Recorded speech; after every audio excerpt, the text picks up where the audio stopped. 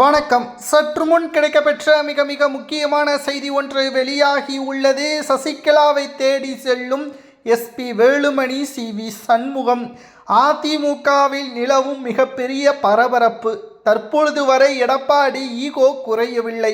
எடப்பாடி பழனிசாமி அவர்களுக்கு ஆதரவுகளை மீண்டும் கொடுத்த எஸ்பி வேலுமணிக்கு மாவட்ட செயலாளர் பதவி கொடுக்கவில்லை. சி.வி. சண்முகத்தின் பதவியும் பறிக்கப்பட்ட நிலையில் தற்பொழுது எந்த ஒரு பதவியும் இல்லாமல் அதிமுகவின் நிலைப்பாடு என்ன என்பது கூட அதிமுகவின் நிர்வாகிகளுக்கு சி.வி. சண்முகத்தின் முடிவுகள் தெரியாமல் இருந்தது.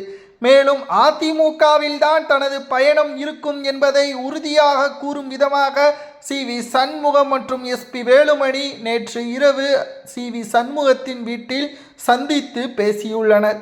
அப்பொழுது அதிமுக வளர்ச்சியடைய வேண்டும் என்றால் அதிமுகவின் உண்மையான நிர்வாகிகள் களப்பணிகளை அடுத்த கட்டத்திற்கு கொண்டு செல்ல வேண்டும் என்றால் அதற்கு சசிகலாவின் ஒட்டுமொத்தமான ஆதரவுகளும் தேவை. சசிகலா அவர்களது ஆதரவு இல்லை என்றால் நிச்சயம் அதிமுக மிகப்பெரிய ஒரு தோல்வியில் கிடக்கும்.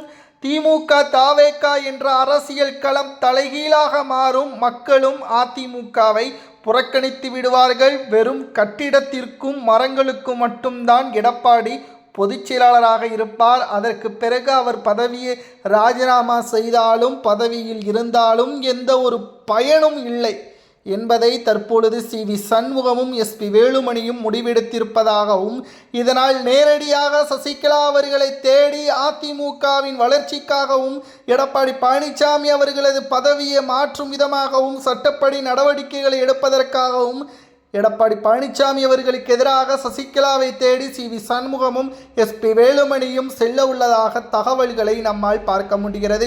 மக்களின் ஆதரவுகள் அனைத்தும் தற்பொழுது சி.வி. சண்முகம் அவர்களுக்குத்தான் இருக்கிறது, எஸ்பி வேலுமணிக்குத்தான் இருக்கிறது. ஏனென்றால் எடப்பாடியின் சுயநலம் தற்பொழுது நடைபெறக்கூடிய 6 சட்டமன்ற இடைத்தேர்தலில் நிச்சயமாக 5 சட்டமன்ற அதிமுகவின் வேட்பாளர்கள் ராஜினாமா செய்த அதே தொகுதியை மீண்டும் வெற்றியடைந்தால் எடப்பாடியின் பேச்சை கேட்கலாம்.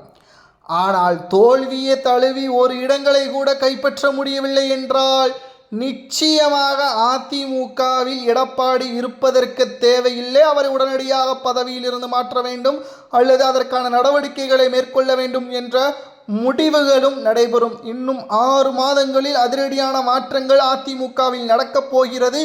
சட்டமன்ற கூட்டத்தொடர் அடுத்த எடப்பாடிக்கு ஆதரவு இல்லை என்பதையும் சசிகலாவை தேடி சி.வி. சண்முகமும் எஸ்பி வேலுமணியும் செல்ல உள்ளதாகவும் தகவல்கள் கிடைக்கப்பெற்று. நண்பர்களே, இவர்களது ஒட்டுமொத்தமான ஆலோசனை மற்றும் இவர்களது விருப்பம் சரியா தவறா அல்லது எடப்பாடி சிறந்த தலைவரா என்பதை கமெண்டில் கூறுங்கள்.